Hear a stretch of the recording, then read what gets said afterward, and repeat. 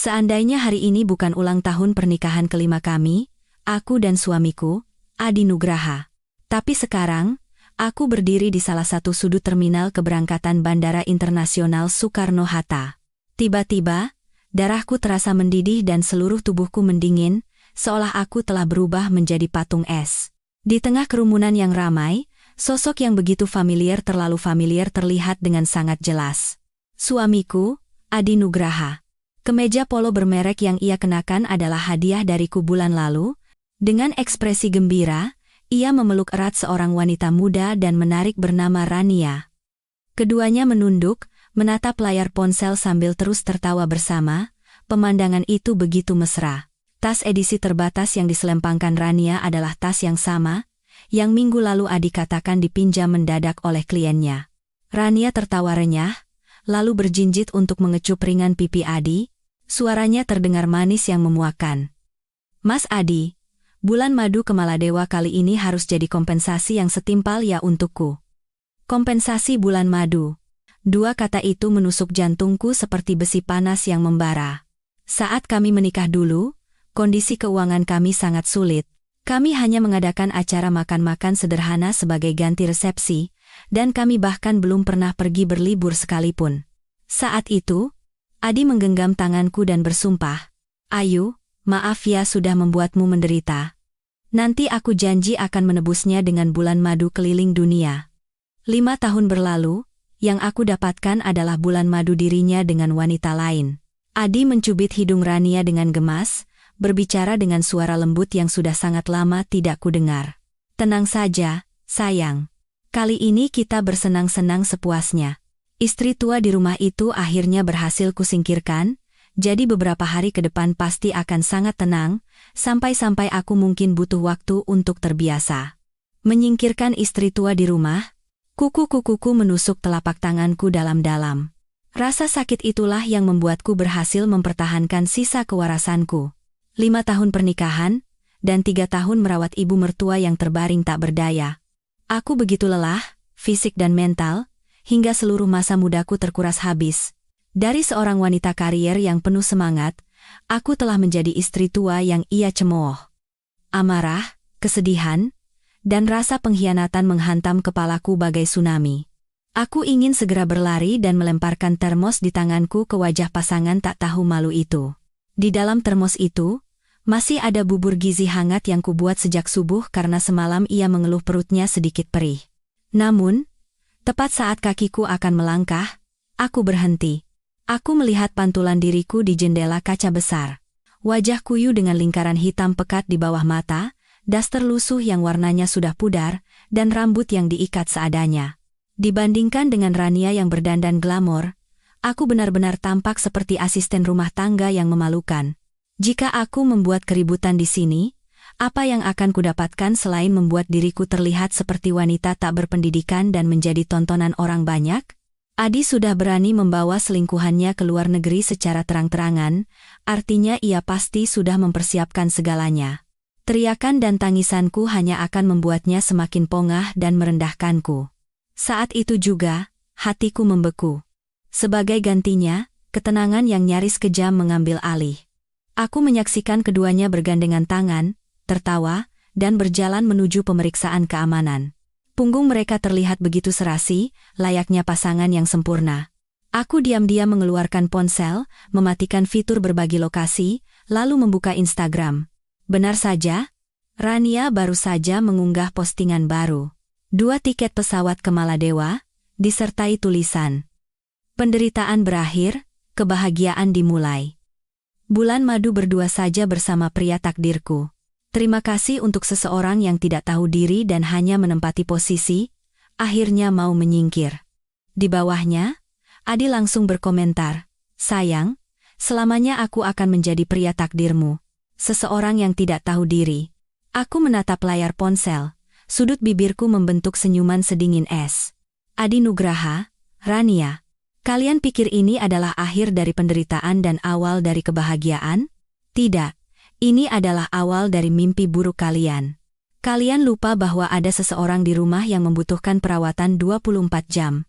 Ibu mertuaku, Wati, sosok yang kalian anggap sebagai beban manis, yang sifatnya rewel dan harus buang air di tempat tidur.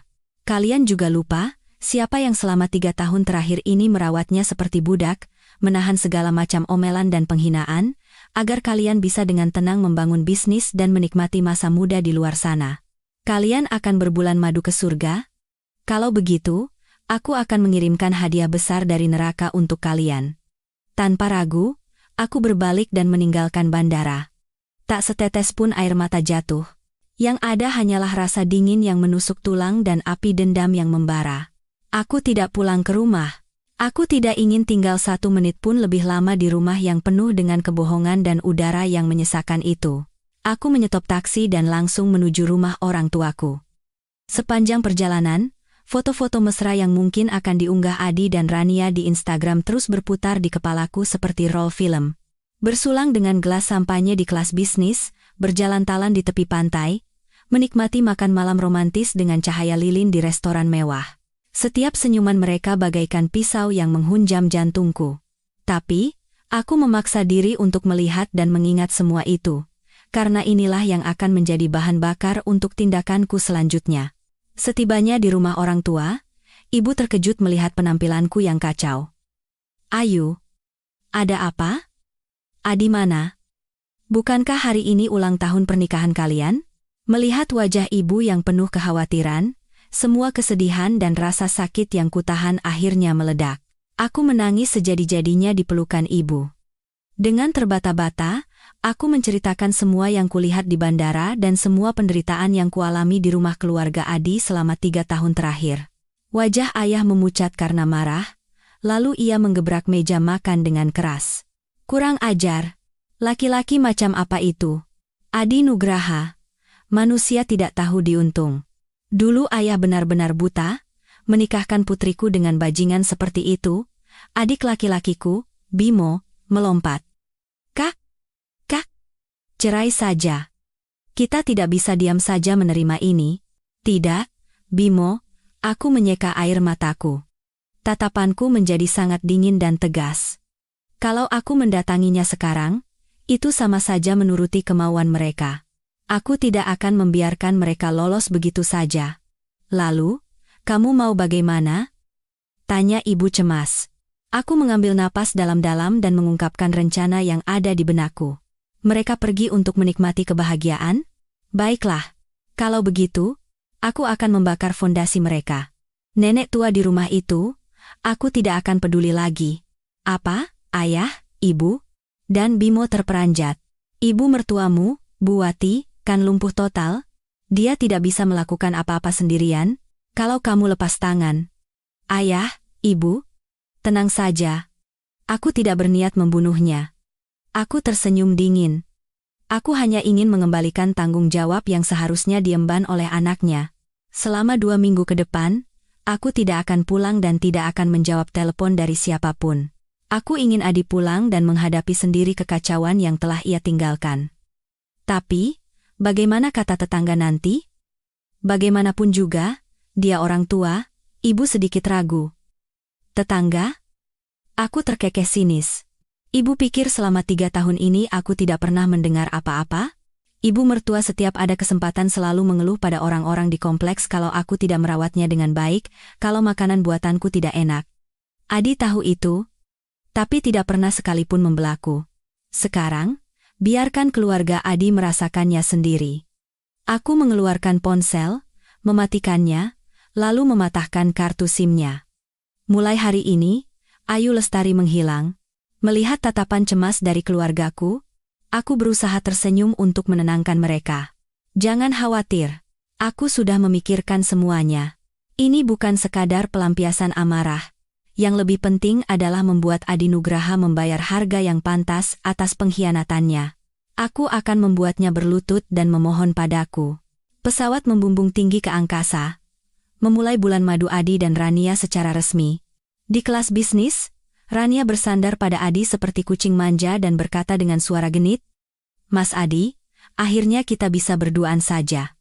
Selama ini rasanya sesak sekali, setiap bertemu seperti maling." Adi dengan pongah merangkul pinggangnya dan mengecup keningnya. "Sayangku, kamu sudah banyak bersabar ya.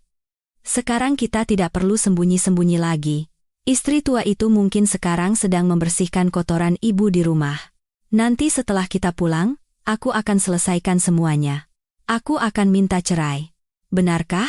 Mata Rania berbinar, lalu ia memanyunkan bibirnya, tapi Mas, ibumu, sepertinya beliau tidak terlalu menyukaiku. Lagi pula, kondisinya seperti itu, apa nanti aku yang harus merawatnya? Raut kesal sekilas muncul di wajah Adi. Tapi ia segera menyembunyikannya. Ia mencubit pipi Rania dan berkata, "Jangan khawatir. Masalah ibu, biar aku yang urus. Mana mungkin aku membiarkanmu melakukan pekerjaan berat dan kotor seperti itu? Setelah cerai dan urusan harta selesai, aku akan sewa 2 perawat profesional untuk merawatnya 24 jam. Kamu tidak perlu melakukan apa-apa. Kamu hanya perlu menikmati hidup sebagai Nyonya Adi Nugraha. Mas Adi memang yang terbaik." Rania tidak bisa menyembunyikan kegembiraannya dan langsung mencium bibir Adi. Melihat gumpalan awan di luar jendela, Adi sejenak teringat pada ibunya yang terbaring di rumah. Namun, kekhawatiran itu segera sirna oleh sentuhan lembut dan hangat di sampingnya serta bayangan liburan mewah yang akan datang. Ia berhitung dalam hati. Ayu Lestari, perempuan bodoh itu sudah terbiasa menahan diri dan bersabar. Bahkan jika ia mengetahui sesuatu, demi keluarga dan harga dirinya, ia pasti hanya akan menelan air mata. Paling-paling ia hanya akan menangis dan memohon. Setelah ia puas bermain dan pulang nanti, ia tinggal membujuknya sedikit, atau mungkin bersikap lebih keras. Apa yang bisa perempuan itu lakukan? Lagi pula, sebagai seorang ibu rumah tangga tanpa penghasilan dan sudah lama terputus dari dunia luar, bagaimana ia bisa hidup tanpanya? Ia sama sekali tidak pernah membayangkan bahwa istrinya yang selalu patuh itu kali ini tidak akan menangis atau membuat keributan, melainkan memilih jalan yang sama sekali tidak pernah ia duga. Saat itu, simfoni nerakaku diam-diam dimulai. Hari pertama kembali ke rumah orang tua, aku habiskan nyaris hanya dengan tidur. Ketegangan mental dan kelelahan fisik yang menumpuk selama bertahun-tahun seolah tumpah sekaligus. Tubuhku lelah, tetapi ada seutas tali di benakku yang terus menegang. Aku memimpikan banyak hal aneh. Aku bermimpi tentang janji Adi di awal pernikahan yang akan memberiku kehidupan yang baik. Aku juga bermimpi tentang saat ibu mertuaku pertama kali terkena stroke dan dirawat di rumah sakit. Adi dengan mata memerah berkata, "Ayu, rumah ini sekarang bergantung padamu." Dan yang paling sering muncul adalah mimpi saat aku sendirian membersihkan sprei kotor ibu mertuaku di tengah malam. Di luar jendela, lampu kota berkelip terang, tetapi duniaku hanya dipenuhi bau desinfektan dan kelelahan yang tak berujung. Yang paling jelas adalah adegan di bandara. Tatapan provokatif Rania dan punggung Adi yang dingin. Aku terbangun dengan keringat dingin. Di luar jendela sudah gelap, dan kamar terasa sunyi. Rasa hampa dan kebingungan yang luar biasa melandaku. Selama 3 tahun terakhir, pusat hidupku adalah rumah mertua, ibu mertua, dan suamiku. Sekarang, semua itu tiba-tiba lenyap, aku seperti komponen yang dibuang, kehilangan tempat dan arah. "Kak, sudah bangun?" Adikku, Bimo, membuka pintu, di tangannya ada semangkuk mie ayam yang masih mengepul, kata ibu, "Makan dulu, kakak, belum makan apa-apa seharian?" Tatapan cemas adikku menghangatkan hatiku. Benar, aku tidak kehilangan segalanya. Aku masih punya keluarga yang selalu mendukungku. Fakta ini menyalakan sedikit kehangatan di hatiku yang membeku. "Bimo, tolong bantu kakak." Aku bangkit. Tatapanku kembali tajam. "Tolong belikan kartu SIM prabayar baru dan ponsel bekas yang murah." Bimo tertegun sejenak, lalu ia mengerti. "Kakak mau benar-benar menghilang?" Aku mengangguk.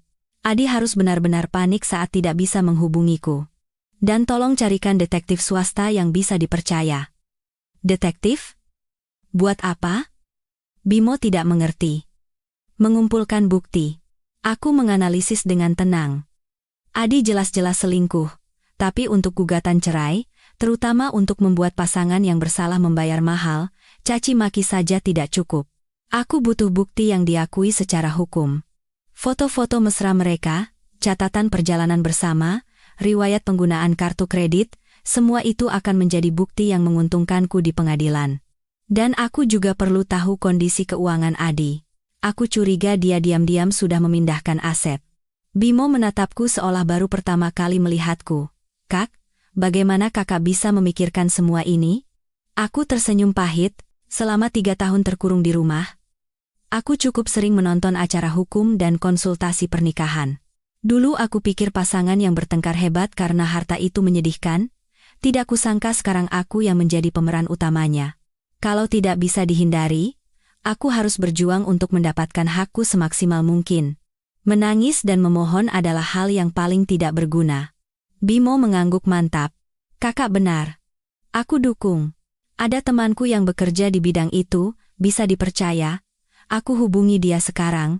Melihat punggung adikku yang bersemangat, aku menarik napas dalam-dalam. Benar. Tangisan dan kelemahan tidak akan menyelesaikan masalah apapun. Sejak aku memutuskan untuk meninggalkan keluarga Adi, aku harus mempersenjatai diriku, baik secara mental maupun dengan cara-cara praktis. Selama beberapa hari berikutnya, aku memaksakan diri untuk hidup teratur. Pagi hari aku ikut ibu ke pasar, merasakan kembali denyut kehidupan yang telah lama hilang. Siang hari, aku membaca buku atau mencari informasi di internet tentang hukum perceraian, pembagian harta gonogini, dan pengumpulan bukti perselingkuhan. Malam hari, aku mengobrol dengan keluarga sambil menonton TV. Dari luar, aku tampak sudah tenang, tapi hanya aku yang tahu. Api dendam di lubuk hatiku tidak pernah padam. Ia hanya menyala dengan dingin, menunggu saat yang paling tepat untuk meledak. Aku meminta adikku untuk mengambil beberapa barang penting yang tertinggal di rumah keluarga Adi, KTP, ijazah, dan beberapa kenang-kenangan pribadi. Dalam prosesnya, Bimo dengan santai menyapa Ibu Endang yang tinggal di seberang. Ibu Endang menahan Bimo dan berbisik, "Bimo, kakakmu pergi jauh ya? Sudah beberapa hari tidak kelihatan.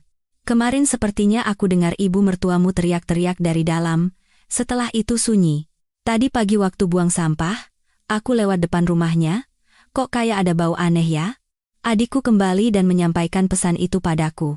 Aku minum air tanpa mengubah ekspresi. Bau aneh. Ini baru permulaan. Ibu mertuaku, Bu Wati, selama 3 tahun terbaring, harus dibalikan badannya, dibersihkan, dan diurus buang airnya secara rutin. Sehari saja tidak diurus, ia akan berguling di atas kotorannya sendiri. 2 hari, luka baringnya akan mulai membusuk. 3 hari, pemandangan itu, aku yang merawatnya selama 3 tahun sangat tahu.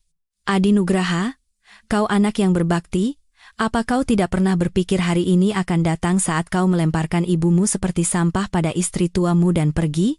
Saat kau membisikkan kata cinta pada selingkuhanmu di bawah langit biru Maladewa, apa kau tidak berpikir ibumu sedang mengerang di tengah kotorannya sendiri? Memikirkan ini, tidak ada sedikit pun rasa kasihan di hatiku. Hanya ada rasa puas yang kejam. Rasa sakit yang kalian berikan padaku, aku akan mengembalikannya satu persatu, beserta bunganya. Aku menyalakan ponsel baru, memasukkan kartu SIM baru, lalu masuk ke akun Instagram privat yang sudah lama tidak kugunakan. Benar saja, pertunjukan langsung bulan Madurania sedang berlangsung meriah. Laut yang jernih hingga dasarnya terlihat, pantai pasir putih, villa mewah di atas air, hingga makan malam Prancis yang elegan, 9 foto terunggah penuh. Di setiap foto, ia dan Adi tersenyum cerah menyilaukan. Rania menambahkan keterangan di bawah foto, perasaan dimanjakan di telapak tangan, benar-benar yang terbaik. Terima kasih atas kecelakaan tak terduga dalam hidup yang membuatku bertemu jodoh sejati, hehe. Lucu sekali melihat sebagian orang yang bersikeras pada tempatnya dan tidak mau pergi. Di bawahnya, teman-temannya yang tidak tahu apa-apa memberikan like dan berkomentar gila-gilaan. Rania, akhirnya penderitaanmu berakhir. Pasangan serasi, jodoh dari surga, tinggalkan saja tante itu. Selamat ya, Rania, kapan nikahnya? Adi juga membalas di bawahnya. Aku akan mencintaimu selamanya. Melihat semua ini, hatiku tidak lagi sakit. Yang tersisa hanyalah cemoohan dingin. Pamerlah. Pamerkan sepuasnya. Semakin tinggi kalian terbang dan pamer sekarang, semakin sakit kalian akan jatuh nanti. Aku mengambil tangkapan layar, menyimpannya, dan merapikan semuanya sebagai bukti. Kemudian, aku menghubungi detektif swasta yang direkomendasikan adikku, mentransfer uang muka, dan memberikan arahan yang jelas. Intinya adalah melacak pergerakan Adi dan Rania untuk mendapatkan sebanyak mungkin foto dan video yang menunjukkan kemesraan mereka. Di saat yang sama, selidiki riwayat transaksi bank Adi selama setahun terakhir dan catatan transfer dalam jumlah besar. Setelah semua persiapan selesai, aku berdiri di depan jendela, memandangi lalu lintas yang ramai di luar. Dunia ini tidak akan berhenti hanya karena kesedihan satu orang. Kalau begitu, aku juga harus terus melangkah maju. Lautan di Maladewa biru surreal, bagaikan bongkahan safir murni yang ditanam di atas hamparan pasir seputih salju. Sinar matahari yang terik, angin laut yang sepoi-sepoi. Semuanya persis seperti surga yang dibayangkan Adi.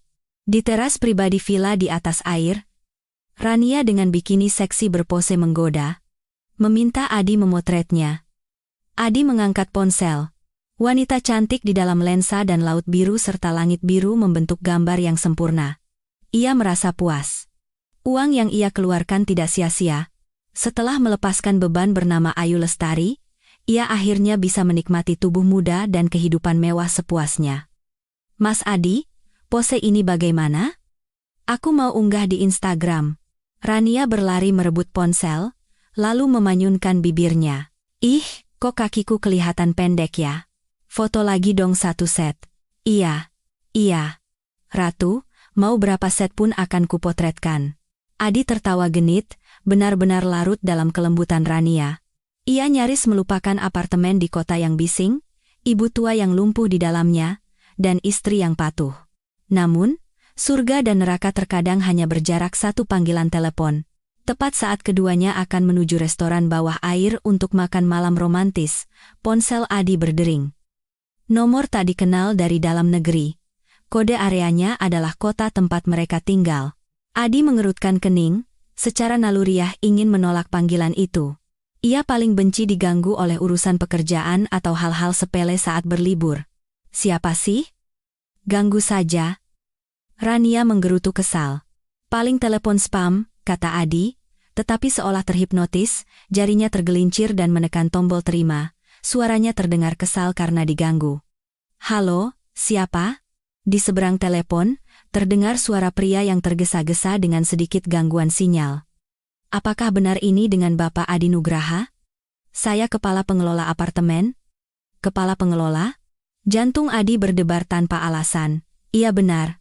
Ada apa ya? Pak Adi? Akhirnya teleponnya diangkat juga. Apa tidak ada orang di rumah, Pak? Ibu Endang di seberang dan tetangga di bawah sudah 2 hari ini komplain terus, katanya dari celah pintu depan unit Bapak tercium bau busuk yang menyebar ke seluruh koridor. Kami sudah kirim orang untuk memeriksa, tapi tidak ada jawaban saat pintu diketuk, dan baunya benar-benar parah. Apa mungkin Bapak lupa mematikan gas atau listrik saat pergi, atau ada sesuatu yang busuk di dalam? Suara kepala pengelola terdengar cepat, tergesa-gesa, dan penuh kesulitan. Bau busuk yang keluar dari celah pintu. Kepala Adi serasa dihantam, bagaikan dipukul palu godam. Ia nyaris seketika teringat pada ibunya yang terbaring di tempat tidur. Ayu tidak ada di rumah? Bagaimana mungkin? Ia hampir tidak pernah keluar rumah sepanjang tahun. Selain untuk belanja, tidak terbayangkan ia akan pergi berhari-hari. Firasat buruk bagaikan ular berbisa dingin seketika menjerat jantungnya. Ah, tidak mungkin. Istri saya ada di rumah. Suara Adi sedikit bergetar. Ia berusaha keras untuk tetap tenang. Masa? Pak Adi, kami sudah periksa berkali-kali. Benar-benar dari unit Bapak, baunya seperti sesuatu yang membusuk. Jelas bukan bau sampah biasa. Suara kepala pengelola terdengar ngeri dan jijik. Tolong cepat hubungi keluarga Bapak, atau beritahu kami di mana kunci cadangan. Kami harus masuk untuk memeriksa. Bagaimana kalau terjadi sesuatu? Tetangga sudah mengeluh terus. Kalau terus begini, kami terpaksa harus lapor polisi agar ditangani. Lapor polisi? 2 kata itu menggelegar di telinga Adi. Wajahnya seketika pucat pasi, dan keringat dingin membasahi keningnya. Jangan lapor polisi. Ia nyaris berteriak, membuat Rania di sebelahnya terkejut. Saya akan segera hubungi istri saya. Akan saya selesaikan secepatnya. Beri saya waktu. Setelah menutup telepon, Tangan Adi gemetaran.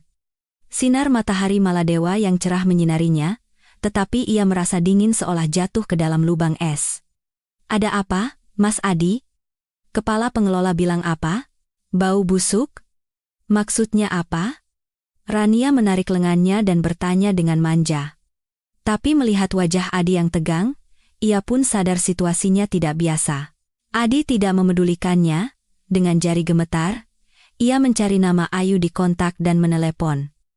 Nomor yang Anda tuju sedang tidak aktif. Suara operator yang dingin itu bagaikan sember air es yang diguyurkan ke kepalanya, tidak aktif.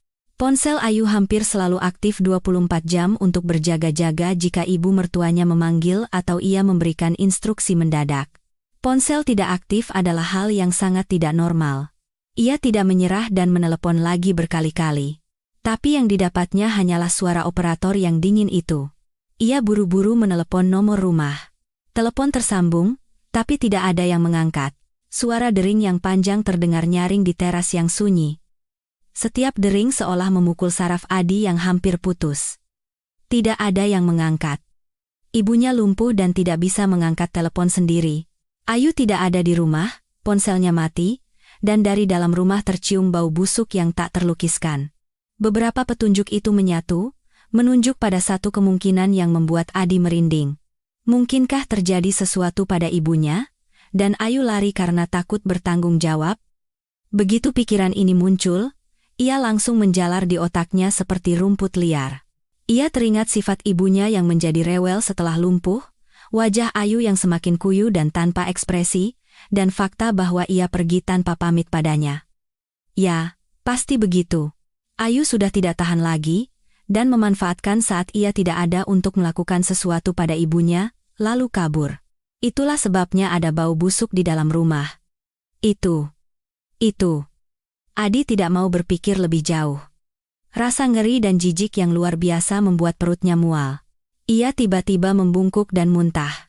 Mas Adi, kenapa? Jangan bikin aku takut. Rania ketakutan melihatnya dan menepuk-nepuk punggungnya. Adi bangkit, dengan mata merah ia mendorong Rania dengan kasar. Seperti binatang yang terperangkap, ia berputar-putar di tempat. Gawat, terjadi sesuatu. Sesuatu yang gawat terjadi di rumah. Ia menjelaskan dengan terbata-bata pada Rania tentang perkataan kepala pengelola dan dugaannya.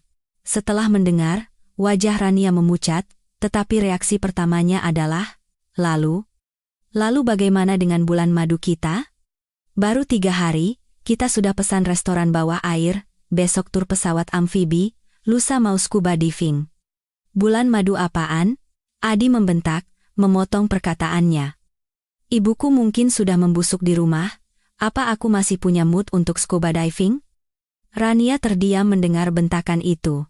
Ia merasa sedih, tetapi tahu situasinya serius, jadi ia tidak berani mengeluh lagi. Ia hanya bertanya dengan suara pelan, lalu sekarang bagaimana? Bagaimana lagi? Pulang? Sekarang juga? Adi nyaris menjerit. Ia segera mencari penerbangan pulang tercepat di ponselnya. Penerbangan tercepat adalah 6 jam lagi, dan harus transit, jadi baru akan tiba di Jakarta besok malam. Tanpa ragu, ia mulai memesan. Jari-jarinya terus salah ketik karena panik dan marah. Bereskan barang-barang. Cepat. Ia memerintah Rania, suaranya tegas dan mendesak. Tidak seperti biasanya. Rania melihat wajahnya yang sangar, tidak berani berkata apa-apa lagi, dan mulai membereskan barang-barang yang berserakan di kamar. Villa mewah di atas air yang beberapa menit lalu penuh tawa, kini hanya diisi oleh ketakutan yang tertahan dan gerakan yang tergesa-gesa. Sambil memasukkan barang secara mekanis ke dalam koper, Adi terus menelepon ponsel dan telepon rumah Ayu. Yang ia dapatkan hanyalah suara operator yang mengatakan nomor tidak aktif dan nada sambung yang tak berujung. Ia juga mencoba mengirim pesan WhatsApp dan menelepon via WhatsApp. Pesannya tidak terkirim. Ia akhirnya sadar bahwa ia benar-benar tidak bisa menghubungi Ayu. Ia seolah lenyap dari muka bumi, dan hilangnya Ayu saat ini sangat berbau konspirasi dan balas dendam. Sebuah pikiran yang belum pernah ia pikirkan, atau lebih tepatnya, tidak pernah ia pedulikan, tiba-tiba muncul. Apakah Ayu sengaja melakukannya? Apa ia sudah tahu sesuatu dan membalas dendam dengan cara ini? Tapi pikiran ini segera tertindih oleh ketakutan yang lebih besar. Yang paling mendesak adalah segera pulang dan memeriksa kondisi ibunya. Jika benar-benar terjadi sesuatu pada ibunya, akibatnya tak terbayangkan. Ia tidak berani membayangkan pemandangan apa yang akan menyambutnya saat membuka pintu rumah. Bulan madu impian berakhir dengan cara yang tragis dan mengerikan.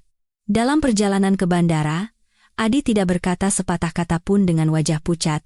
Keangkuhannya saat datang sudah lenyap tak berbekas. Rania duduk di sebelahnya, memandangi pohon-pohon palem yang berlalu dengan cepat di luar jendela, hatinya penuh amarah dan kekesalan. Bulan madu yang indah hancur karena ibu mertua tua bangka dan istri sah yang menyebalkan itu. Saat itu, ribuan kilometer jauhnya, aku sedang dengan santai menyirami tanaman di beranda rumah orang tuaku. Adikku, Bimo, berlari dengan gembira sambil menggoyangkan ponselnya dan berkata, "Kak, baru dapat pesan dari detektif. Target sedang terburu-buru pulang, sudah pesan tiket pesawat tercepat." Katanya saking paniknya, dia hampir bertengkar dengan staf darat di bandara. Aku meletakkan penyiram tanaman. Sudut bibirku membentuk senyuman tajam.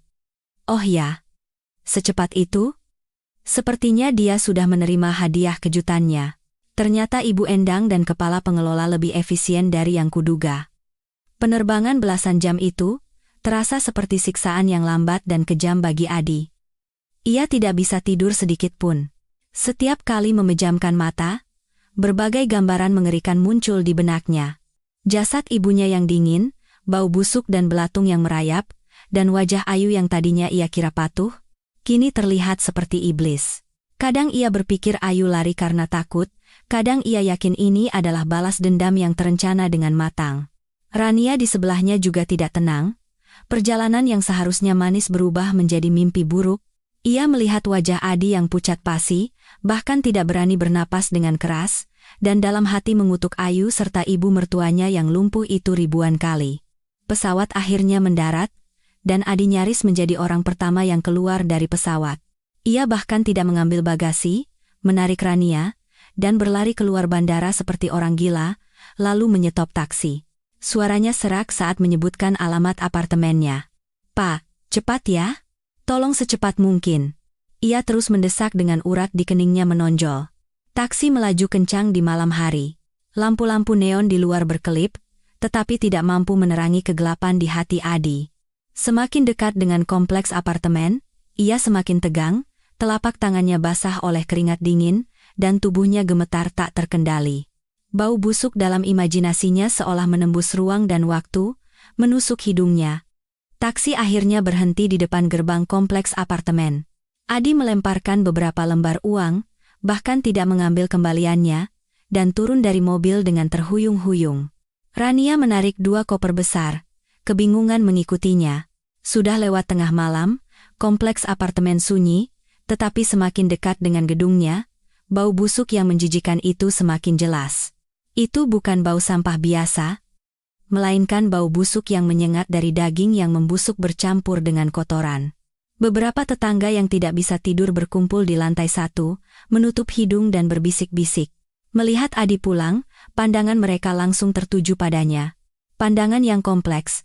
Ada rasa kasihan, penasaran, dan lebih banyak lagi, keingintahuan penonton. "Mas Adi, baru pulang?" Ibu Endang yang tinggal di seberang adalah yang pertama mendekat. Ia mengerutkan kening dan menutup hidungnya. "Kamu akhirnya pulang juga. Bau ini. Aduh. Cepat naik sana. Kami sudah tidak tahan lagi." Pihak pengelola juga sudah datang beberapa kali, tapi pintunya terkunci, jadi tidak bisa berbuat apa-apa. Wajah Adi memucat, ia tidak punya tenaga untuk menanggapi perhatian atau keluhan para tetangga. Tenggorokannya tercekat, ia tidak bisa bicara, hanya mengangguk kaku dan berjalan terhuyung-huyung menuju lobi. Bau di dalam koridor semakin parah, nyaris membuatnya sesak napas. Begitu masuk, Rania langsung mual karena bau itu, ia menutup mulutnya dan mundur. Ia tidak berani melangkah lebih jauh. Adi menahan napas, selangkah demi selangkah mendekati pintu rumahnya. Pintu yang familiar itu kini tampak seperti gerbang neraka. Bau busuk terus merembes keluar dari celah pintu, bahkan ada noda samar berwarna merah kehitaman di pintu. Tangannya gemetar hebat. Setelah beberapa kali mencoba, ia akhirnya berhasil memasukkan kunci ke lubang. Bunyi klik terdengar sangat jelas di koridor yang sunyi dan berbau busuk itu. Jantung Adi serasa melompat ke tenggorokan. Ia mengambil napas dalam-dalam, dan bau busuk yang pekat langsung menyergapnya, membuatnya terbatuk-batuk hebat. Lalu ia mendorong pintu dengan sekuat tenaga. Gelombang bau busuk yang lebih kuat dan nyata menghantam wajahnya. Baunya begitu menyengat hingga matanya perih. Ruang tamu berantakan, wadah makanan pesan antar yang belum habis, mangkuk mie instan berserakan di meja dan lantai, sudah berjamur, lalat beterbangan, dan lantainya lengket oleh kotoran. Tapi ini bukan yang paling mengejutkan. Pandangan Adi secara naluriah tertuju ke kamar utama. Pintu kamar utama sedikit terbuka, dan bau busuk yang mematikan itu berasal dari sana. Seolah ditarik oleh benang tak terlihat. Dengan kaki seberat timah, selangkah demi selangkah ia mendekati pintu yang terbuka itu. Setiap langkah, baunya semakin pekat, dan rasa mual di perutnya semakin menjadi-jadi. Akhirnya, ia mengulurkan tangannya yang gemetar dan mendorong pintu kamar utama, waktu seolah berhenti saat itu. Pemandangan di dalam kamar utama cukup untuk menjadi mimpi buruk yang akan menghantuinya seumur hidup. Jendela tertutup rapat, tirai ditutup, membuat ruangan gelap dan pengap. Ibunya, Bu Wati, terbaring di sana. Tapi ia bukan lagi wanita tua yang, meskipun lumpuh, bersih dalam ingatannya. Ia terkubur di dalam tumpukan selimut yang penuh kotoran, rambutnya lengket, wajah dan tubuhnya penuh dengan kotoran yang sudah mengering dan menghitam. Spray dan selimut basah kuyup oleh air seni dan tinja, berwarna coklat kekuningan yang mengerikan, dan mengeluarkan bau yang tak terlukiskan. Luka barinya sangat parah, bahkan dalam cahaya remang-remang, terlihat luka-luka mengerikan, bahkan ada serangga yang merayap di atasnya. Tapi ibunya masih hidup, matanya terbuka sangat samar. Dengan tatapan kabur dan kosong, ia menatap langit-langit, dan dari bibirnya yang kering, terdengar erangan lemah seperti binatang kecil yang sekarat kedinginan. Tubuhnya sesekali kejang. Dan setiap kali itu terjadi, spray kotor di bawahnya mengeluarkan suara gesekan samar. Penderitaan dan penghinaan tak berujung yang dialami ibunya yang masih hidup memberikan dampak visual dan psikologis yang lebih besar daripada jasad yang dingin. Kepala Adi berdengung dan menjadi putih. Semua dugaan dan ketakutannya hancur berkeping-keping oleh pemandangan neraka yang nyata dan tragis di depan matanya. Ia pernah membayangkan ibunya mungkin sudah meninggal, ia pernah membayangkan Ayu kabur, tetapi ia tidak pernah bermimpi akan melihat pemandangan seperti ini. Ibunya dibuang seperti sampah di sini, hidup di ambang kematian, menderita siksaan yang tidak manusiawi. Dan selama semua ini terjadi, ia sedang bersenang-senang dengan kekasihnya. Dampak visual yang kuat dan serangan penciuman yang ekstrem membuat pertahanan fisiologis Adi runtuh total. Ia tidak tahan lagi, membungkuk memegangi kusen pintu dan muntah dengan hebat seolah ususnya akan putus. Sisa makanan dan asam lambungnya keluar semua. Saking hebatnya ia muntah, air mata fisiologis pun keluar. Ia muntah seolah akan mengeluarkan isi perutnya sampai matanya berkunang-kunang. Bau asam dari muntahannya bercampur dengan bau busuk yang menyengat di dalam ruangan, menciptakan campuran yang lebih menjijikkan. Rania menjulurkan kepalanya dari celah pintu, melirik ke dalam sekali. Hanya dengan sekali lirik, ia menjerit ketakutan, wajahnya pucat pasi, dan ia lari tunggang langgang menuruni tangga. Ia berjongkok di samping taman dan muntah terus-menerus. Adi muntah sampai kehabisan tenaga, lalu ia terduduk lemas di lantai, bersandar di dinding yang dingin. Matanya kehilangan fokus, menatap kosong pada tragedi kemanusiaan di dalam ruangan dan ibunya yang telah melahirkan dan membesarkannya, kini dalam kondisi seperti ini. Ketakutan, rasa jijik, rasa bersalah yang kuat, dan kebencian yang membubung tinggi pada Ayu. Berbagai emosi meledak seperti gunung berapi, bertabrakan di dalam dadanya. Ayu, dasar perempuan gila. Ia akhirnya hancur. Seperti binatang yang terluka, ia menjerit pilu dan putus asa. Tinjunya menghantam lantai dengan keras, mengeluarkan suara tumpul. Kenapa, Ayu? Kenapa kamu melakukan ini? Bagaimana kamu bisa sejahat ini? Ini lebih kejam daripada membunuh ibunya. Ia bangkit dengan terhuyung-huyung, memberanikan diri masuk ke kamar untuk mendekati ibunya, tetapi semakin dekat, baunya semakin tak tertahankan. Lantai yang penuh kotoran membuatnya tidak punya tempat untuk melangkah. Ia melihat di atas meja nakas ada setengah gelas air berlumut dan beberapa potong roti kering berjamur. Ayu tidak pergi tiba-tiba. Ia sengaja meninggalkan makanan dan air minimal untuk bertahan hidup, membiarkan ibu mertuanya jatuh ke dalam situasi putus asa seperti ini. Ini adalah balas dendam yang direncanakan sejak lama, yang paling kejam dan menyakitkan, ditujukan untuk Adi. Ia mengeluarkan ponsel dengan tangan gemetar, sekali lagi dengan sekuat tenaga menelepon Ayu. Nomor yang Anda tuju sedang tidak aktif. Suara operator yang dingin itu bagaikan pisau tajam terakhir yang memutuskan sarafnya yang tegang. Buk.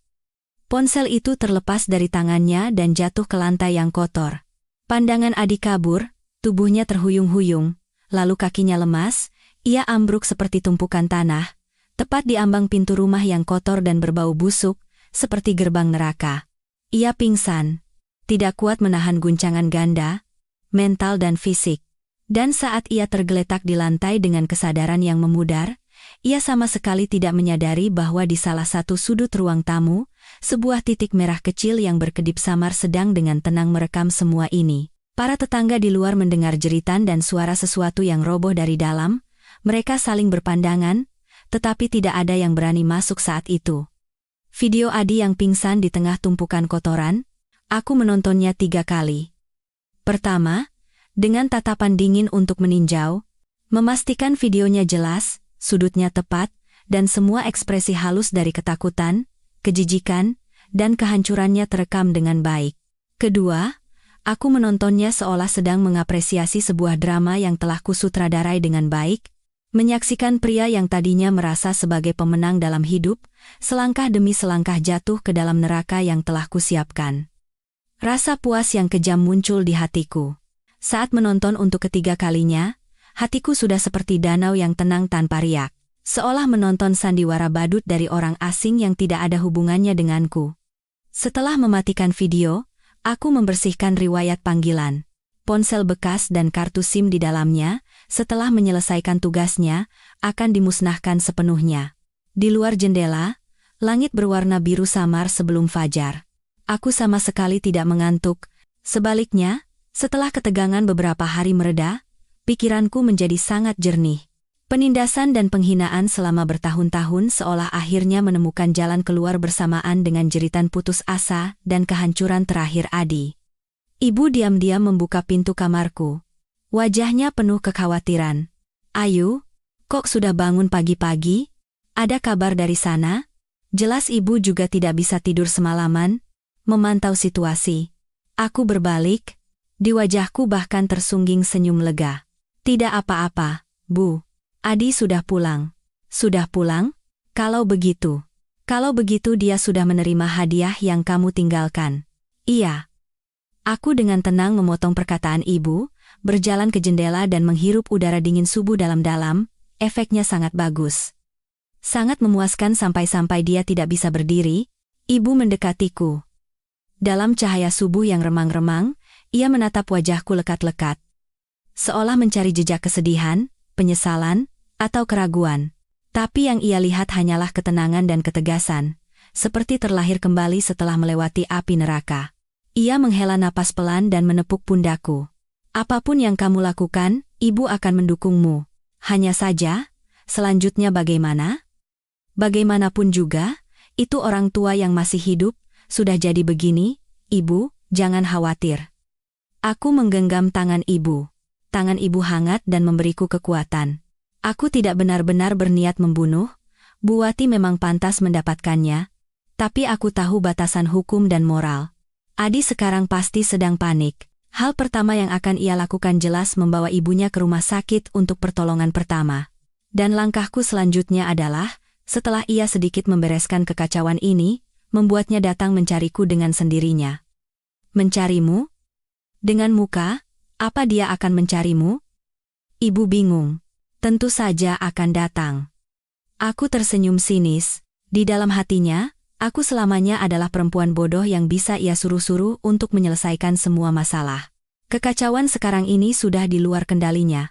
Ia tidak bisa mengurus ibunya, tidak bisa mengatasi bau busuk di rumah, dan tidak bisa menahan cemoohan tetangga dan pihak pengelola. Saat ia terpojok, satu-satunya pelampung yang akan ia pikirkan adalah aku.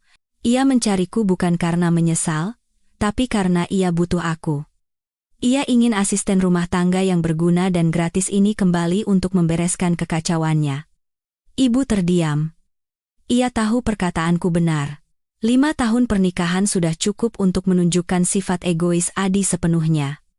Lagi pula, aku menambahkan dengan tatapan tajam, aku harus membuatnya mencariku. Hanya jika ia yang menghubungiku, aku bisa mendapatkan bukti penting untuk langkah selanjutnya. Rekaman saat ia mengakui perselingkuhannya dan memohon agar aku kembali. Itu akan menjadi bukti yang jauh lebih kuat di pengadilan daripada foto-foto dari detektif. Benar saja. Semua berjalan sesuai dugaanku. Saat itu, dunia Adi benar-benar hancur. Ia baru bisa berdiri setelah dibantu oleh tetangga dan staf pengelola yang berdatangan. Saat itu kesadarannya sudah kabur, seluruh tubuhnya lemas, dan mulutnya tanpa sadar terus menggumamkan, "Ayu, perempuan jahat." Bau busuk yang menyengat dan pemandangan mengerikan membuat beberapa pria tegap yang tadinya mau membantu tidak tahan dan lari keluar untuk muntah. Seseorang menelepon 119 dan 112. Ambulans dan mobil polisi tiba di bawah apartemen hampir bersamaan. Suara sirene yang nyaring memecah kesunyian subuh, dan lebih banyak tetangga yang terbangun atau penasaran datang untuk menonton. Petugas medis dengan APD lengkap masuk ke dalam. Melihat kondisi Bu Wati, bahkan mereka yang sudah terbiasa dengan berbagai pemandangan pun menarik napas dingin. Cepat, tanda-tanda vital lemah, dehidrasi parah, ketidakseimbangan elektrolit, yang paling parah adalah infeksi serius akibat luka baring yang luas. Risiko sepsis sangat tinggi. Harus segera diberi pertolongan pertama dan dibawa ke ICU. Petugas medis dengan cepat membawa Bu Wati yang sekarat ke atas tandu dan membawanya turun. Polisi memulai penyelidikan rutin. Adi dipindahkan ke tempat yang berventilasi baik di lantai 1 dan diberi oksigen, baru kemudian ia sedikit sadar, tetapi wajahnya masih pucat pasi, seluruh tubuhnya gemetar, dan ia tidak bisa menjelaskan situasi dengan baik. Kepala pengelola dan Ibu Endang menjadi saksi utama. "Pak Polisi, sepertinya ibu yang lumpuh ini ditinggal sendirian di rumah saat anak dan menantunya pergi. Sejak beberapa hari lalu kami sudah curiga. Baunya tidak tertahankan, dan pemilik rumah tidak bisa dihubungi. Hari ini anaknya pulang dan membuka pintu." Kepala pengelola menunjuk ke arah pintu depan yang masih mengeluarkan bau busuk dengan ekspresi ngeri. Ibu Endang lebih bersemangat. "Ini pasti ulah perempuan bernama Ayu itu. Biasanya kelihatan baik, pura-pura merawat ibu mertuanya dengan baik. Siapa sangka hatinya sebusuk itu. Pasti dia merasa ibu mertuanya beban, lalu saat suaminya tidak ada, dia sengaja menelantarkannya sampai mati kelaparan, lalu kabur. Benar-benar perempuan jahat." "Ayu?" Polisi mencatat. "Itu istrinya, kan?" Ibu Endang menunjuk Adi yang lesu. Polisi mendekati Adi dan berkata dengan suara serius, "Pak Adi, Anda harus bekerja sama dalam penyelidikan. Istri Anda, Ibu Ayu, sekarang ada di mana? Apakah ada konflik di antara kalian berdua? Kondisi ibu Anda jelas-jelas akibat penelantaran yang disengaja dalam waktu lama. Bahkan bisa dibilang penganiayaan. Ini bisa masuk ranah pidana. Tindak pidana." 4 kata itu menghantam jantung Adi seperti palu. Ia tiba-tiba mengangkat kepala, matanya penuh ketakutan. Bukan saya. Saya sedang di luar negeri. Saya tidak tahu apa-apa." "Ayu, semua itu ulah dia. Perempuan jahat itu mau balas dendam pada saya. Dia pasti." Ia hampir saja mengatakan, "Karena saya selingkuh," tapi sisa kewarasannya berhasil mengerem. Ia sadar, jika ia mengakui perselingkuhannya dan motif Ayu, meskipun bisa menjelaskan tindakan Ayu, ia akan berada di posisi yang sangat lemah secara moral dan opini publik, bahkan bisa memengaruhi pembagian harta. Lagi pula, yang terpenting sekarang adalah menyelamatkan ibunya dan menemukan Ayu untuk melimpahkan semua tanggung jawab padanya. Ya, limpahkan semua tanggung jawab pada Ayu. Dia pelaku utamanya. Selama aku bisa menemukannya dan menyeretnya ke depan, aku bisa lepas. Pikiran ini memberikan sedikit arah pada otak Adi yang kacau. Ia segera mengubah perkataannya, berpura-pura menjadi korban, dan menangis pilu. "Pak polisi, saya difitnah. Saya dan istri saya selalu akur. Kali ini saya ada perjalanan dinas singkat ke luar negeri. Sebelum pergi saya sudah berpesan padanya untuk merawat ibu baik-baik. Tapi saya tidak menyangka dia akan melakukan hal sekeji ini. Saya pasti akan menemukannya dan menanyakan alasannya. Saya akan membuatnya menerima hukuman." Melihat aktingnya dan penampilannya yang menyedihkan setelah mengalami guncangan besar, polisi untuk sementara tidak menggali lebih dalam kejanggalan dalam perkataannya. Polisi mencatat situasi, mengatakan akan menyelidiki sesuai hukum, dan meminta Adi untuk selalu bisa dihubungi dan bekerja sama. Di saat yang sama, mereka menyuruhnya untuk fokus pada perawatan ibunya terlebih dahulu. Ambulans sudah pergi membawa Bu Wati dengan sirene meraung-raung. Adi, dengan dibantu oleh Rania yang berusaha keras menahan rasa ngeri dan jijik, berjalan linglung menuju rumah sakit. UGD dan ICU rumah sakit menjadi panggung mimpi buruk baru bagi Adi. Kondisi Bu Wati sangat parah, ia langsung dipindahkan ke ICU untuk perawatan darurat. Dokter membawa surat keterangan kritis dan menemui Adi, berkata dengan suara berat, pasien mengalami malnutrisi parah, dehidrasi, dan ketidakseimbangan elektrolit. Masalah terberat adalah infeksi serius akibat luka baring yang luas, sudah menunjukkan gejala sepsis, dan ada tanda-tanda kegagalan organ multipel. Kondisinya sangat kritis, nyawanya bisa terancam kapan saja. Tolong tanda tangani surat keterangan kritis ini. Dan segera bayar uang jaminan rawat inap dalam jumlah besar. Adi menandatangani dengan tangan gemetar, dan melihat angka-angka yang membingungkan di deretan tagihan, matanya kembali berkunang-kunang. Saat membawa Rania ke luar negeri kali ini, ia sudah menghabiskan hampir semua uang tunainya. Ia mengertakkan gigi, menggesek beberapa kartu kredit, baru bisa membayar biaya rawat inap awal. Rania terus menemaninya, tetapi wajahnya tidak lagi menunjukkan kemanisan bulan madu, hanya ada rasa jijik dan takut yang tak bisa disembunyikan. Bau desinfektan rumah sakit, udara yang berat di luar ICU, dan bau busuk yang seolah tak hilang dari tubuh Adi, semuanya membuatnya sangat tidak nyaman. "Mas Adi, ibu pasti akan baik-baik saja, kan?" Ia bertanya hati-hati, tetapi dalam hati ia sedang menghitung bagaimana caranya bisa segera pergi dari tempat mengerikan ini. Ia tidak ingin terlibat dalam masalah mengerikan ini. Adi menggaruk kepalanya dengan kesal, tidak punya waktu untuk memedulikannya. Di otaknya hanya ada satu pikiran, bagaimana cara menemukan Ayu? Bagaimana cara membuatnya membayar biaya rumah sakit yang sangat besar ini? Bagaimana cara membuatnya membereskan kekacauan ini? Ia terus-menerus menelepon Ayu, mengirim pesan WhatsApp, bahkan mencoba menelepon dengan ponsel Rania, hasilnya sama saja, tidak aktif atau tidak ada jawaban. Ia juga mencoba menghubungi orang tua Ayu, tetapi ibu mertuanya hanya sekali mengangkat telepon, berkata dengan dingin, "Ayu tidak di sini. Kami juga tidak tahu dia di mana," lalu menutup telepon. Ditelepon lagi, tidak diangkat. Ayu dan keluarganya seolah lenyap dari muka bumi. Tekanan yang luar biasa, kesulitan keuangan, kekhawatiran akan kondisi ibunya, dan yang terpenting, ketakutan harus bertanggung jawab serta ketidakberdayaan karena tidak bisa menemukan Ayu, nyaris membuat Adi hancur. Ia terduduk di bangku panjang di luar ICU, memegangi kepalanya dengan kedua tangan, dan mengerang seperti binatang yang terperangkap. Rania melihatnya seperti itu, kesabarannya yang tersisa pun habis. Ia mencari alasan. "Mas Adi, badanku rasanya tidak enak. Aku mau pulang istirahat dulu."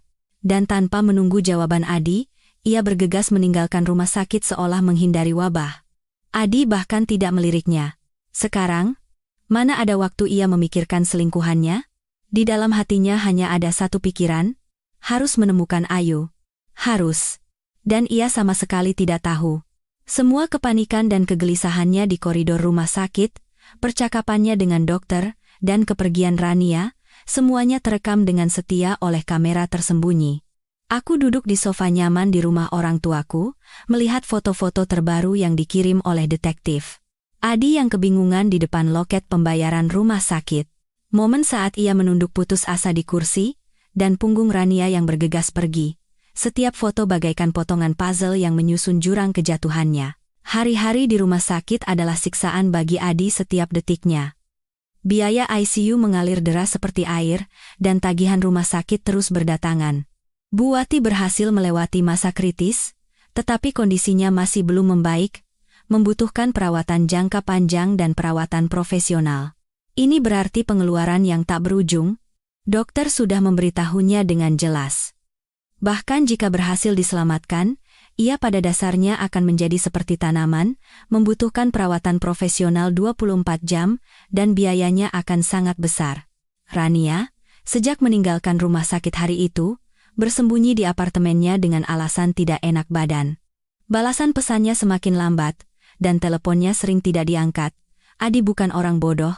Ia tahu perempuan yang ia kira adalah cinta sejatinya itu mulai menarik diri. Yang lebih membuatnya pusing adalah pihak pengelola dan para tetangga. Bau busuk di rumah sudah sedikit berkurang setelah jendela dibuka dan dibersihkan seadanya, tetapi rumah itu sudah dicap sebagai bekas TKP. Keluhan tetangga tidak berhenti. Pihak pengelola setiap hari mendesaknya untuk melakukan desinfeksi dan pembersihan profesional secara menyeluruh. Kalau tidak, mereka akan mengambil tindakan melalui rapat pengurus penghuni. Ia tidak punya waktu dan tenaga, jadi ia hanya terus meminta maaf dan menunda-nunda. Semua masalah bagaikan tali yang tak terhitung jumlahnya mencekik lehernya, membuatnya tidak bisa bernapas. Dan sumber dari semua ini, baginya, adalah perempuan jahat itu, Ayu. Selama ia bisa menemukannya dan melimpahkan semua tanggung jawab padanya, ia bisa bebas. Pikiran ini menjadi satu-satunya keyakinan yang menopangnya agar tidak hancur total. Ia mengerahkan semua koneksi yang bisa ia pikirkan untuk mencari keberadaan Ayu, bahkan mendatangi kantor lama tempat Ayu dulu bekerja untuk bertanya. Tentu saja, tidak ada hasil. Ia seperti lalat tanpa kepala, tetapi yang didapatnya hanyalah kekecewaan yang terus-menerus. Ayu dan keluarganya seolah lenyap dari dunia ini. Saat ia nyaris putus asa, bahkan mulai berpikir untuk menjual rumah yang memberinya mimpi buruk itu dengan harga murah untuk menutupi kebutuhan mendesak, sebuah pesan tiba-tiba masuk dari nomor yang hampir ia lupakan. Pesan itu datang dari nomor yang sama sekali tidak dikenal, isinya sederhana tapi mengerikan. Katanya cari aku? Ibu bagaimana? Adi menatap pesan itu lekat-lekat. Jantungnya berdebar kencang seolah akan melompat keluar dari tenggorokan. Ayu, pasti dia. Akhirnya dia muncul. Rasa gembira langsung menyelimutinya, dan diikuti oleh kemarahan yang membubung tinggi. Bajingan ini, setelah membuatnya begitu sengsara, berani-beraninya menanyakan kabar ibunya dengan nada santai. Ia langsung menelepon, tetapi hanya ada pemberitahuan bahwa nomor tidak dapat dihubungi. Ia terpaksa membalas pesan dengan tangan gemetar. Awalnya, dengan cacian dan amarah. Ayu, dasar perempuan sialan. Kukira kau sudah mati di mana. Kau yang membuat ibuku jadi begini, apa kau masih manusia? Cepat kembali, kalau tidak, aku lapor polisi dan membuatmu di penjara. Pesan itu bagai batu yang tenggelam di laut. Adi menunggu lama, tidak ada balasan. Ia seperti binatang yang terperangkap, mondar-mandir di koridor rumah sakit. Api di hatinya semakin membara, tetapi yang lebih besar adalah rasa tidak berdaya. Sekarang, dialah yang membutuhkan. Membuat Ayu marah tidak akan menguntungkannya sama sekali. Ia memaksa diri untuk tenang, mengambil napas dalam-dalam beberapa kali, lalu mulai mengubah strategi. Ia memutuskan untuk bermain perasaan. Nada bicaranya melunak. Ayu, aku salah. Soal Rania itu, aku benar-benar salah. Tapi itu cuma main-main sesaat. Di hatiku, yang kucintai hanya kamu. Ibu sekarang di rumah sakit, kondisinya parah sekali. Butuh orang untuk merawat, dan butuh banyak sekali uang. Demi hubungan kita selama 5 tahun, kembalilah, kita mulai lagi dari awal, aku janji akan baik padamu. Pesan ini juga tidak mendapat balasan. Hati Adi semakin tenggelam. Ia sadar Ayu tidak lagi mudah dibodohi. Ia sedang menekannya, memintanya menunjukkan kesungguhan yang lebih besar. Di bawah tekanan yang luar biasa, pertahanan psikologis terakhirnya mulai runtuh. Ia berjongkok di sudut dinding rumah sakit yang dingin, memegangi kepalanya, dan tanpa memikirkan harga diri atau martabat lagi, mulai mengetik pesan yang penuh keputusasaan dan permohonan, kata demi kata. Nada bicaranya berubah dari keras, menjadi membujuk, dan akhirnya menjadi permohonan total. Ayu, tolong angkat teleponku. Kita bicara ya? Ibu kritis. Dokter bilang butuh banyak sekali uang. Aku tidak sanggup sendirian. Ayu, semua yang dulu itu salahku. Aku bukan manusia. Maafkan aku sekali ini saja. Kalau kamu mau kembali dan bantu merawat ibu, bantu aku melewati krisis ini, aku akan turuti semua syaratmu. Rumah akan atas namamu, uang semua kamu yang kelola, gajiku akan kuberikan semua padamu. Aku akan putus total dengan Rania. Sungguh. Aku bersumpah. Ayu, aku benar-benar sudah di jalan buntu. Yang bisa menolongku hanya kamu tidak mungkin tega, kan? Sekalipun ibu dulu jahat padamu, tapi kan dia manusia. Ayu, balas satu kata saja, aku mohon. Ya? Aku akan berlutut memohon padamu. Pesan-pesan ini, satu persatu, begitu rendah, menunjukkan ketakutan, ketidakberdayaan, keegoisan, dan kepengecutannya. Ia bahkan mengirim beberapa pesan suara, memohon dengan suara terbata-bata dan menangis. Dan semua ini, aku baca dengan tenang kata demi kata, dan dengarkan kalimat demi kalimat di ponsel baruku. Melihat pesan dan pesan suara dari pria yang tadinya begitu angkuh, kini memohon seperti anjing yang kehilangan tuannya, tidak ada sedikit pun rasa kasihan di hatiku. Hanya ada rasa dingin seperti sedang memandang rendah seorang badut. Inilah yang kuinginkan. Kata-kata ini, saat ia mengakui perselingkuhannya, mengakui ketidakmampuannya, dan memohon dengan rendah agar aku kembali, adalah bukti yang lebih kuat daripada foto manapun. Terutama pesan suara, yang dengan jelas menunjukkan kondisi emosionalnya yang hancur. Aku mengambil tangkapan layar dan menyimpan semua pesan. File suaraku simpan dengan baik, ini akan menjadi senjataku yang paling tajam di pengadilan atau di meja perundingan nanti. Aku menunggu sampai ia merasa permohonannya sia-sia, dan mulai mengirim beberapa kata bernada ancaman. Ayu, jangan keterlaluan. Kalau kau memojokkanku, aku juga tidak tahu apa yang akan kulakukan. 10 detik kemudian, aku akhirnya dengan santai mengirim pesan kedua dan terakhir dari nomor baru itu. Isinya masih singkat. Besok jam 2 siang di kafe pertemuan, dekat jendela. Datang sendiri, kita bicarakan syarat cerai. Setelah mengirim pesan, aku langsung memblokir nomor lamanya. Tidak perlu ada perdebatan, tak berarti lagi sebelum negosiasi. Adi pasti langsung mengirim banyak pesan seperti oke, aku pasti datang. Ayu, kamu mau bertemu saja, aku sudah senang sekali. Tetapi pesan-pesan itu tidak lagi sampai ke ponselku, aku tahu. Sekarang, dengan perasaan seperti menemukan pelampung, ia akan datang ke tempat pertemuan dengan cara apapun. Ia pasti mengira aku masih punya perasaan padanya, hatiku luluh, dan akan kembali untuk membereskan kekacauannya. Sayangnya, ia salah.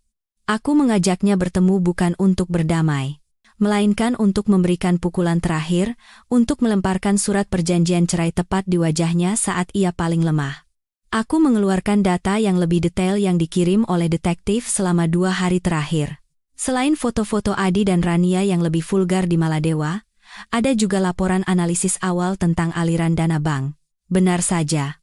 Adi telah mentransfer sejumlah besar uang beberapa kali selama setahun terakhir ke tujuan yang tidak jelas, diduga untuk menyembunyikan aset atau untuk Rania. Selain itu, detektif juga berhasil memotret Rania yang beberapa kali bertemu mesra dengan pria muda lain setelah aku menghilang. Sepertinya cinta sejati yang dikatakan Adi tidak begitu kuat. Ini adalah hasil yang tak terduga. Mungkin bisa memberinya sedikit masalah tambahan di saat genting. Aku merapikan data-data ini ke dalam amplop kokelat dan mulai menyusun surat perjanjian cerai. Tuntutanku jelas dan tegas. Pertama, karena perselingkuhan Adi selama masa pernikahan, hubungan suami istri telah hancur total. Dan Adi adalah pihak yang bersalah. Kedua, apartemen yang kami tinggali saat ini, meskipun penuh dengan kenangan buruk, adalah harta bersama setelah menikah dan nilainya cukup besar, maka menjadi milik pihak istri. Ketiga, tabungan bersama harus dihitung dengan jelas, dan 70% dari aset yang ia sembunyikan menjadi milik pihak istri. Keempat, Pihak suami harus membayar ganti rugi kerugian moral kepada pihak istri dalam jumlah yang akan membuatnya merasa sakit, dibayar tunai sekaligus. Kelima, semua biaya pengobatan, perawatan, dan biaya lain-lain ibunya, Bu Wati, ditanggung sepenuhnya oleh pihak suami dan tidak ada hubungannya dengan pihak istri. Syarat-syarat ini bisa dibilang kejam. Tetapi inilah harga yang harus dibayar Adi karena telah mengkhianati pernikahan dan menginjak-injak pengabdianku selama 5 tahun. Setelah selesai menulis perjanjian, aku memandang kegelapan pekat di luar jendela. Sudut bibirku membentuk senyuman dingin. Pukul 13.50, aku tiba 10 menit lebih awal di kafe pertemuan yang telah disepakati. Sinar matahari masuk melalui jendela besar, dan udara dipenuhi aroma kopi yang pekat serta alunan musik jazz yang lembut. Aku memilih tempat duduk dekat jendela yang telah ditentukan. Tempat ini relatif tenang dan bisa mengamati situasi di pintu masuk. Aku memesan segelas americano dan mengeluarkan amplop coklat tebal berisi semua bukti dari tasku, meletakkannya dengan ringan di atas meja. Jantungku berdetak teratur, telapak tanganku kering. Tidak ada ketegangan, tidak ada keraguan, hanya ada ketenangan dan ketegasan, sebelum menjalani sebuah ritual penting. Pukul 13.58, sosok yang familiar tetapi kuyu muncul di depan pintu kafe. Adi. Hanya dalam beberapa hari, ia seolah menua 10 tahun. Jenggotnya tidak dicukur, matanya cekung, kemeja polo mahalnya kusut, dan masih tercium bau desinfektan rumah sakit serta aura keterpurukan yang samar. Matanya dengan cemas mengamati seisi kafe. Saat menemukanku, wajahnya pertama kali menunjukkan kelegaan, lalu segera berubah menjadi campuran emosi yang kompleks, marah, memohon, dan sisa harapan sia-sia. Ia berjalan cepat mendekat dan nyaris ambruk di kursi di seberangku. Suaranya serak dan tergesa-gesa. "Ayu, akhirnya kamu mau bertemu." Aku sedikit memundurkan tubuh, menghindari tangannya yang mencoba menggapai. Mataku dengan tenang mengamati penampilannya yang kuyu. Lebih parah dari di video atau foto. Guncangan visual ini memberikan kepuasan. Duduk yang benar. Suaraku tidak mengandung emosi sedikit pun. Dingin seperti es. Adi tertegun oleh sikapku. Kemarahan sekilas muncul di wajahnya, tetapi segera tertindih oleh keinginan yang lebih kuat untuk memohon. Ia dengan cemas mengatupkan kedua tangannya, mencondongkan tubuh ke depan, dan berkata dengan cepat, "Ayu, aku tahu kamu marah. Aku salah. Aku bukan manusia. Aku seperti kerasukan setan. Tapi demi hubungan kita selama 5 tahun, dan melihat kondisi ibu sekarang, kamu tidak boleh diam saja. Rumah sakit setiap hari menagih uang. Ibu butuh orang di sampingnya, rumah berantakan. Aku benar-benar hampir gila." Sampai di sini, matanya benar-benar memerah. Suaranya tercekat. "Ayu, kembalilah. Aku mohon padamu. Sekali ini saja. Ya? Aku akan turuti semua katamu. Aku akan putus total dengan Rania. Nanti, rumah ini kamu yang jadi tuannya, uang semua kamu yang kelola. Aku akan bekerja seperti kerbau untukmu." Kata-kata ini sama persis dengan permohonannya di pesan, bahkan lebih hidup dan menyedihkan. Jika aku adalah aku sebulan yang lalu, mungkin aku akan tertipu oleh aktingnya yang canggung ini. Tapi sekarang, ini hanya terdengar konyol. Aku mengangkat cangkir kopi dan menyesapnya. Rasa pahit menyebar di lidahku, tetapi malah membuat pikiranku lebih jernih. Aku tidak menanggapi rengekannya, langsung ke pokok permasalahan. Nada bicaraku datar, seolah sedang membicarakan cuaca. "Adi, aku memanggilmu ke sini bukan untuk mendengar penyesalanmu, bukan juga untuk membahas apakah aku harus kembali menjadi pembantu gratisanmu." Aku mendorong amplop coklat di sampingku ke arahnya. "Ini surat perjanjian cerai. Baca. Kalau tidak ada masalah, tanda tangani di sini." Permohonan dan jejak air mata di wajah Adi seketika membeku. Ia membelalakan mata, menatap amplop dan aku bergantian dengan tidak percaya, seolah tidak mengerti apa yang kukatakan. "Cerai?" Ia menggelengkan kepala dengan kuat, seolah mendengar hal yang tidak masuk akal. "Tidak, Ayu, sekarang bukan saatnya membicarakan ini. Ibu ada di ICU, masalah kita bisa diselesaikan pelan-pelan. Yang paling mendesak adalah..." Yang paling mendesak adalah biaya rumah sakit dan perawatan ibumu, serta membereskan kekacauan yang kau tinggalkan, kan? Aku dengan dingin memotong perkataannya. Tapi itu semua tidak ada hubungannya lagi denganku. Itu tanggung jawabmu, jadi selesaikan sendiri. Ayu. Adi akhirnya tidak bisa menahan amarahnya dan meninggikan suaranya. Beberapa tamu di meja sebelah menoleh. Ia menyadari situasi dan berusaha menahan amarahnya, menurunkan suaranya, tetapi nada bicaranya penuh ancaman dan ketidakpahaman. Apa harus sekejam ini? Ibuku, bagaimanapun juga, sudah tinggal bersamamu selama 3 tahun. Sekarang dia sekarat di rumah sakit, apa kau tidak punya sedikit pun rasa kasihan?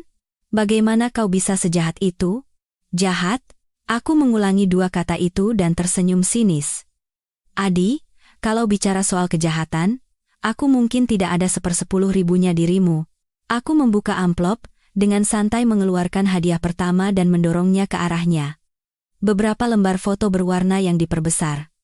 Pemandangan ia dan Rania berpelukan di bandara. Momen mesra di pesawat, ciuman di pantai Maladewa. Setiap foto dengan jelas menusuk matanya. Pupil mata Adi menyusut, wajahnya langsung pucat.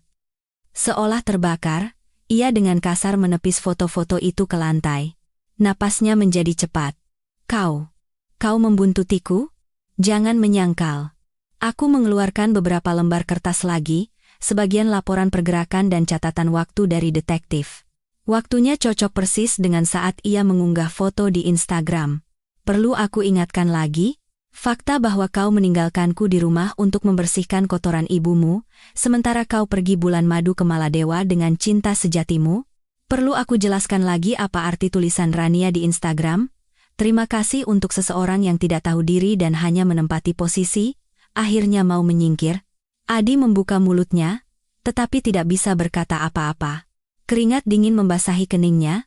Jelas ia tidak menyangka aku punya bukti sekuat ini. Itu tidak membuktikan apa-apa. Ia masih mencoba berkelit dan mengalihkan pembicaraan. Sekalipun aku salah sesaat, kau juga tidak seharusnya membalas dendam seperti itu. Itu ilegal. Aku bisa menuntutmu atas penelantaran orang tua. Menuntutku? Aku tertawa ringan, seolah mendengar lelucon besar. Adi, apa kau lupa? Siapa yang meninggalkan ibunya sendirian di rumah dan pergi? Padahal kau tahu persis dia lumpuh dan tidak bisa melakukan apa-apa sendirian. Selama lebih dari 2 minggu. Sementara kau bersenang-senang di luar negeri. Aku mengeluarkan sebuah perekam suara kecil dari amplop dan menekan tombol putar. Segera terdengar suara Adi yang meraung putus asa di koridor rumah sakit hari itu dan suaranya yang memohon meratapi nasibnya. Di dalamnya terdengar jelas bagian. Saya sedang di luar negeri, saya tidak tahu apa-apa.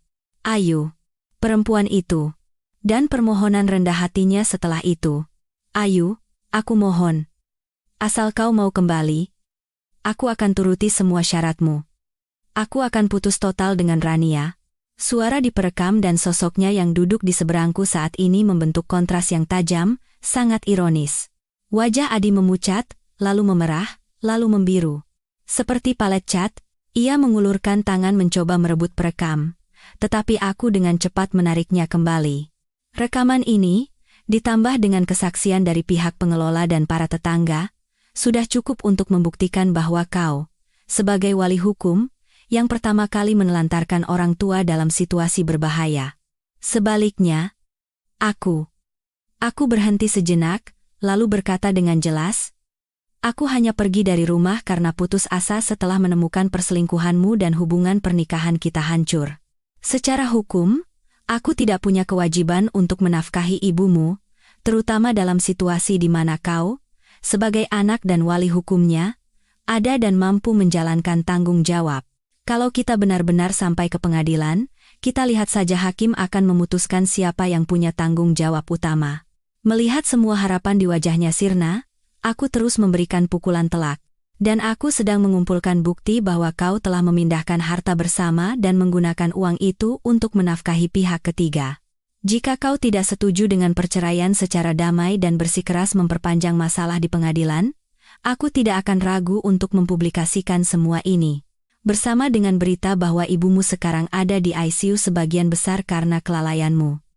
Saat itu, aku tidak tahu apakah pekerjaan dan reputasimu akan selamat. Setiap kalimat yang kuucapkan, tubuh Adi semakin merosot. Semua keberuntungan dan ancamannya hancur menjadi abu di depan bukti-bukti kuat yang kuberikan.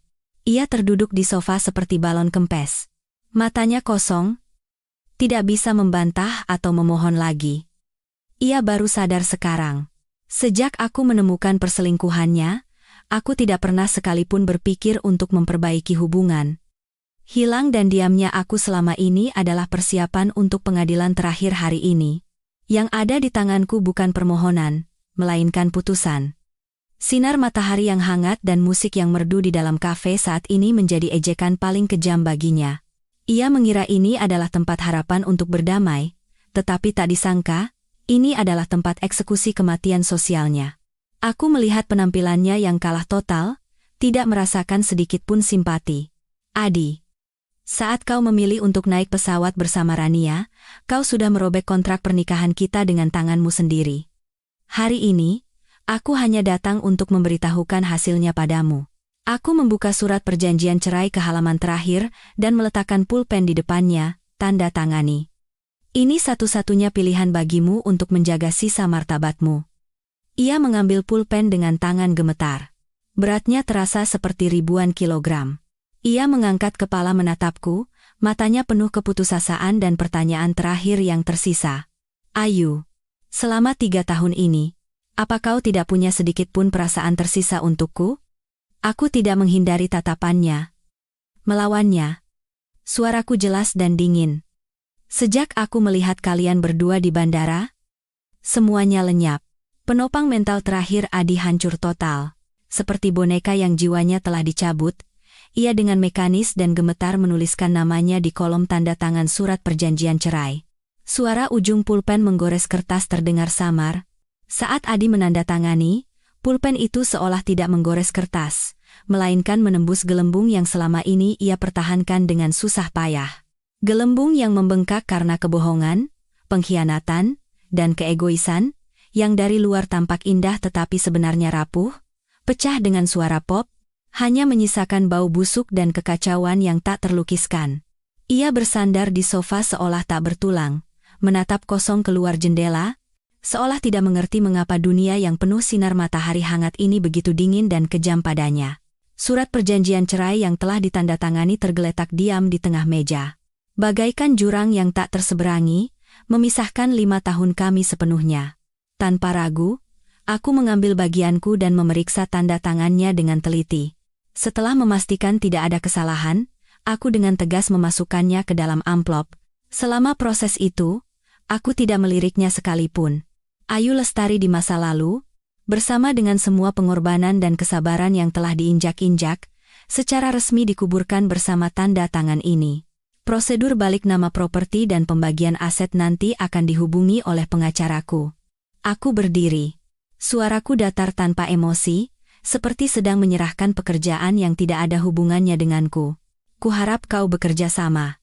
Kalau tidak, bukti-bukti yang baru saja kau dengar dan lihat tadi tidak akan ragu-ragu muncul di tempat yang seharusnya. Adi tiba-tiba mengangkat kepala. Bibirnya bergerak-gerak, mencoba mengatakan sesuatu, mungkin permohonan atau kutukan, tetapi akhirnya ia hanya mengeluarkan suara serak seperti desisan, tidak bisa berkata apa-apa. Guncangan, ketakutan, dan kekalahan total yang ekstrem telah menghancurkan kemampuan bahasanya. Aku mengambil tasku, berbalik dan berjalan keluar. Suara sepatu hak tinggiku mengetuk lantai terdengar jelas dan tegas.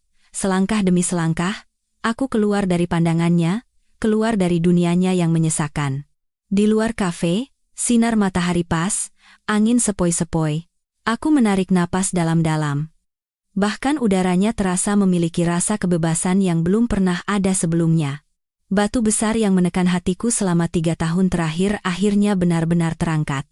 Bukan kelegaan, melainkan kejernihan dari kesadaran yang tiba-tiba, rasa stabilitas yang kokoh saat takdir kembali berada di tanganku.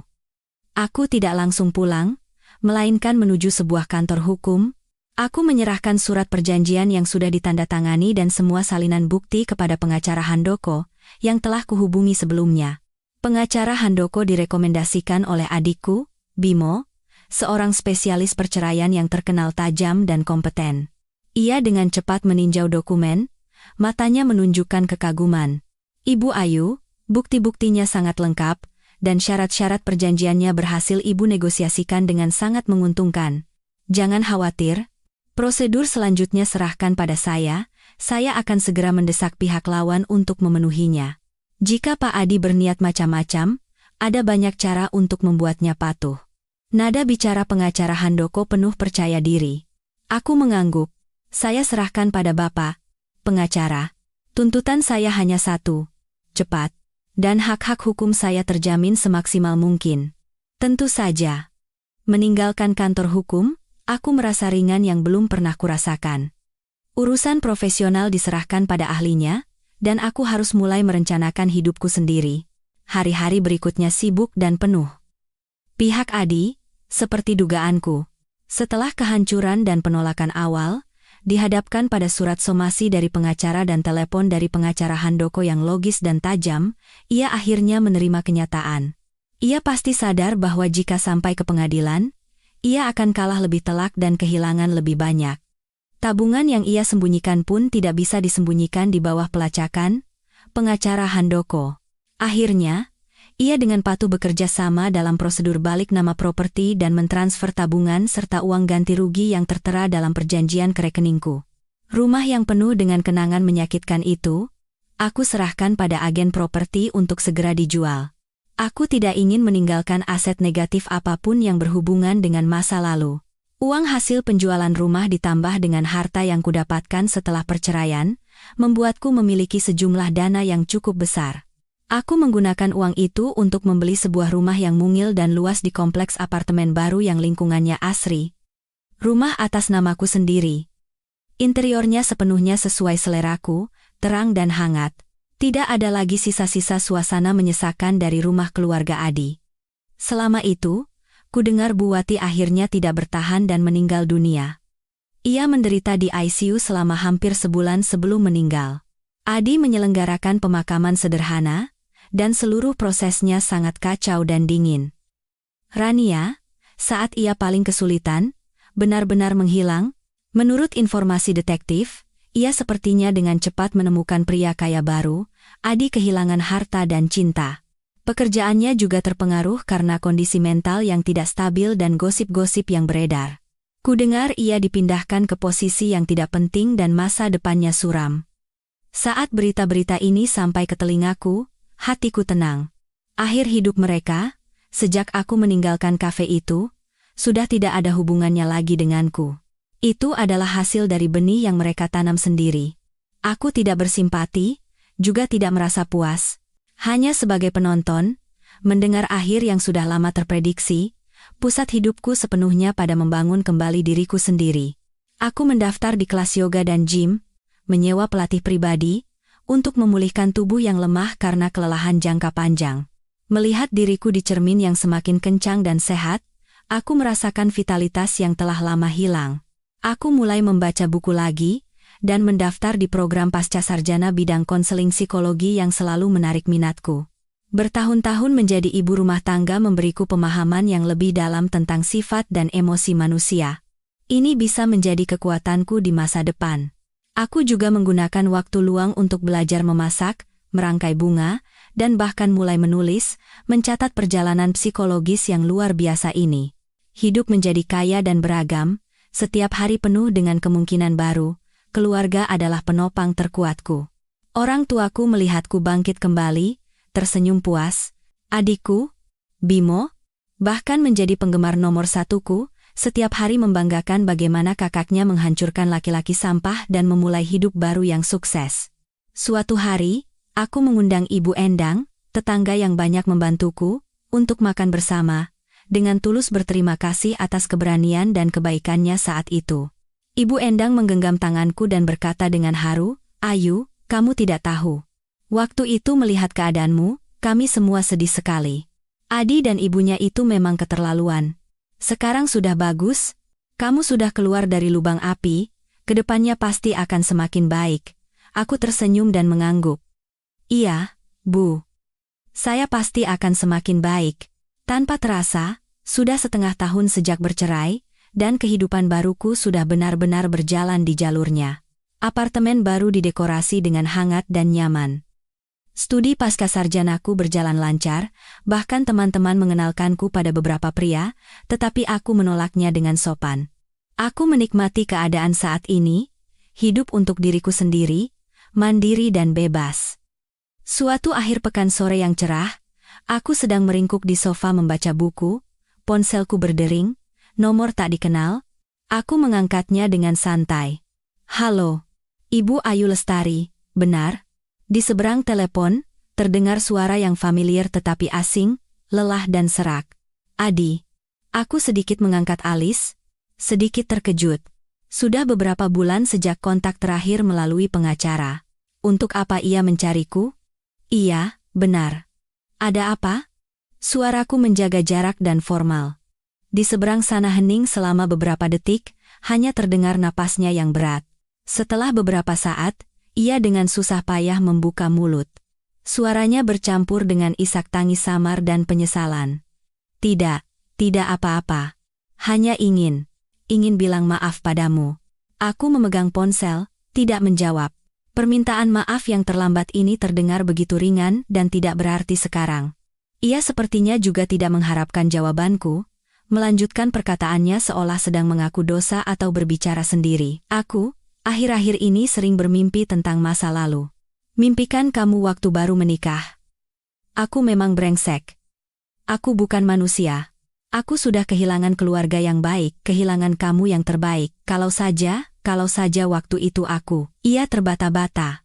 "Pak Adi," aku dengan tenang memotong kalau sajanya. "Biarkan yang lalu berlalu. Kita masing-masing punya kehidupan baru yang harus dijalani. Kalau tidak ada hal lain," saya tutup teleponnya. "Tunggu!" Ia berteriak panik. Suaranya bercampur dengan harapan sia-sia terakhir. "Ayu, kita benar-benar. Tidak ada kemungkinan sedikit pun lagi. Aku tahu aku salah besar. Tapi aku benar-benar menyesal." "Tidak ada." Suaraku jelas dan tegas, tanpa sedikit pun keraguan. "Hidup saya sekarang sangat baik. Saya tidak ingin diganggu, semoga Anda juga baik-baik saja ke depannya. Selamat tinggal." Setelah selesai bicara, aku tidak memberinya kesempatan untuk bicara lagi, langsung menutup telepon dan menambahkan nomor baru ini ke daftar hitam. Meletakkan ponsel, aku berjalan ke jendela. Senja di luar mewarnai kota dengan cahaya keemasan yang hangat. Di taman kompleks apartemen, anak-anak berlarian. Semuanya penuh vitalitas dan harapan. Aku mengangkat gelas air di atas meja dan menyesapnya. Airnya hangat pas, dengan sedikit rasa manis. Telepon penuh penyesalan dari Adi dan permintaan maaf yang terlambat. Di danau hatiku, tidak ada riak sedikit pun, bahkan rasa kasihan. Suaranya, pengakuannya, sikapnya yang berusaha memperbaiki hubungan, semuanya seperti bayangan samar yang dilihat melalui kaca berkabut, tidak bisa membentuk gambaran yang jelas di hatiku.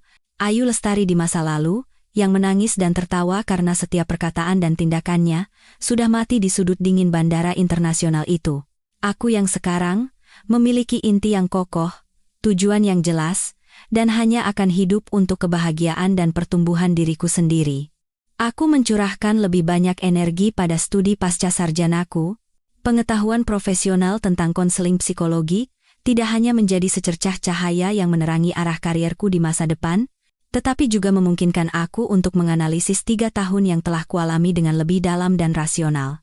Aku mengerti bahwa itu bukan sepenuhnya kesalahanku, melainkan hasil yang tak terhindarkan dari kekurangan emosional jangka panjang, ketidakseimbangan kekuasaan dalam rumah tangga, dan nilai pribadi yang tertekan. Pembebasan kognitif ini membuatku merasa lebih ringan daripada kompensasi material apapun. Aku menggabungkan pengetahuan yang kupelajari dengan pengalamanku, dan dengan nama pena di sebuah komunitas pertumbuhan wanita anonim, mulai berbagi pengalaman dan wawasan tentang hubungan pernikahan dan pembangunan kembali harga diri. Aku tidak mendramatisir ceritaku, melainkan lebih fokus pada analisis dan saran. Tak disangka, tulisan-tulisan yang tulus ini mendapat banyak simpati dari banyak wanita, dan aku menerima banyak ucapan terima kasih dan pesan pribadi. Melihat pengalaman dan pemikiranku bisa memberikan sedikit kekuatan dan inspirasi bagi orang lain, Aku merasakan kepuasan yang belum pernah terjadi sebelumnya yang didasarkan pada realisasi nilai diri. Inilah mungkin yang disebut orang sebagai kelahiran kembali. Di saat yang sama, berita-berita sepele tentang Adi masih sesekali berhembus ke telingaku seperti angin sepoi-sepoi. Kudengar ia telah menjual rumah mimpi buruk yang membuatnya kehilangan semua reputasinya. Karena gosip bekas TKP menyebar di lingkungan sekitar, harganya sangat rendah. Sebagian besar uang hasil penjualan rumah digunakan untuk membayar utang rumah sakit dan kartu kredit yang tertunggak, sisanya hampir tidak ada. Rania, seperti yang diprediksi oleh detektif, saat Adi paling terpuruk, dengan cepat beralih ke seorang pengusaha yang agak kaya. Ia bahkan memamerkan tas bermerek yang dibelikan pacar barunya di Instagram, dengan tulisan, harus melepaskan yang salah baru bisa bertemu yang benar, menunjukkan ejekan yang ekstrem. Seorang kenalan lama yang tidak tahan mengirimkan tangkapan layar itu padaku, dengan tambahan, "Ayu, perempuan ini benar-benar tidak tahu malu." Aku melihat tangkapan layar itu, wajah Rania yang cerah dan pacar barunya yang gemuk, hanya merasa kasihan.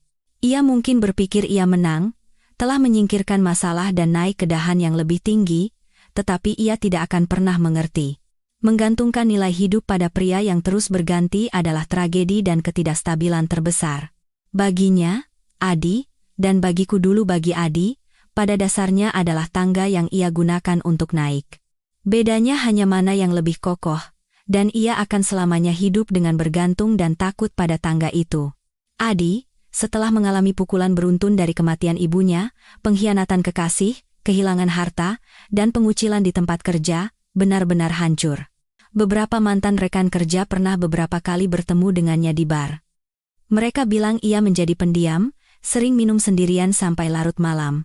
Di usia awal 30-an, rambutnya sudah beruban, dan matanya tidak lagi menunjukkan keangkuhan seperti dulu, hanya ada kelelahan yang mati rasa. Ia pernah mencoba menghubungi teman-teman lama, mungkin untuk mencari hiburan atau bantuan, tetapi kebanyakan dari mereka, setelah mengetahui perbuatannya, menjauhinya. Dunia yang realistis ini, saat sukses dan berjaya, dikelilingi banyak orang, tetapi saat terpuruk dan gagal, barulah terlihat betapa dinginnya hati manusia. Mendengar cerita-cerita ini, hatiku tetap tenang. Bukan karena aku dingin, tetapi karena aku tahu betul, setiap orang harus bertanggung jawab atas pilihannya. Hasil yang didapat Adi hari ini adalah benih yang ia tanam kemarin. Saat ia memilih untuk mengkhianati pernikahan dan menghindari tanggung jawab, ia harus menanggung akibat ditinggalkan dan karier serta hidupnya hancur.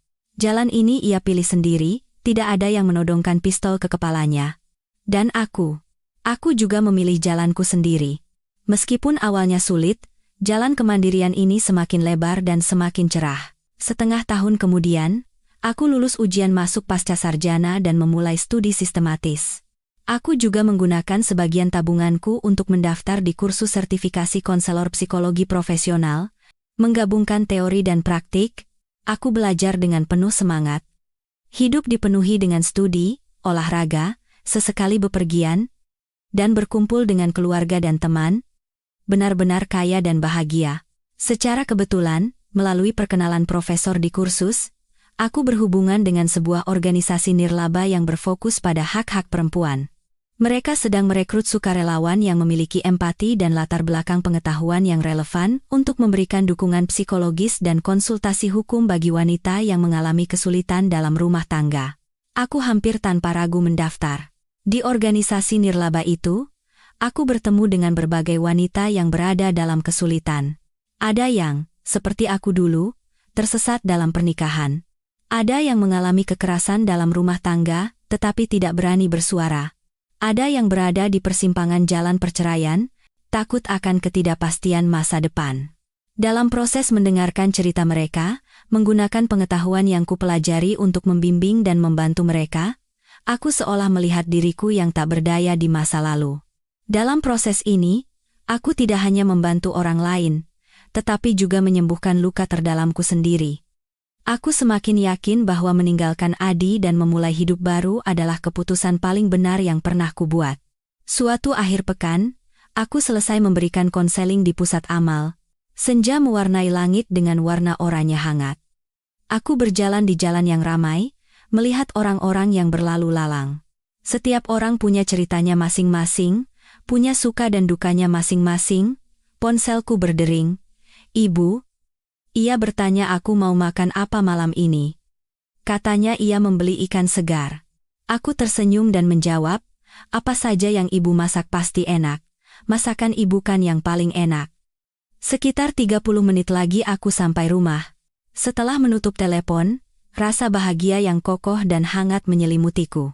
Cinta keluarga yang tak berkesudahan, karier dan semangat yang kucintai, kemampuan ekonomi yang mandiri, dan nilai yang kurasakan saat membantu orang lain. Kehidupan seperti inilah yang benar-benar kuinginkan. Aku tanpa sadar mengangkat kepala dan melihat pantulan diriku di etalase toko di sudut jalan. Rambut pendek yang rapi, setelan yang pas di badan, wajah yang menunjukkan senyum percaya diri dan tenang, tatapan mata yang cerah dan tegas. Ini bukan lagi Ayu Lestari yang kuyu, yang berputar-putar di antara popok ibu mertua dan dapur di dalam ruangan gelap rumah keluarga Adi. Waktu adalah penyembuh terbaik dan hakim paling adil.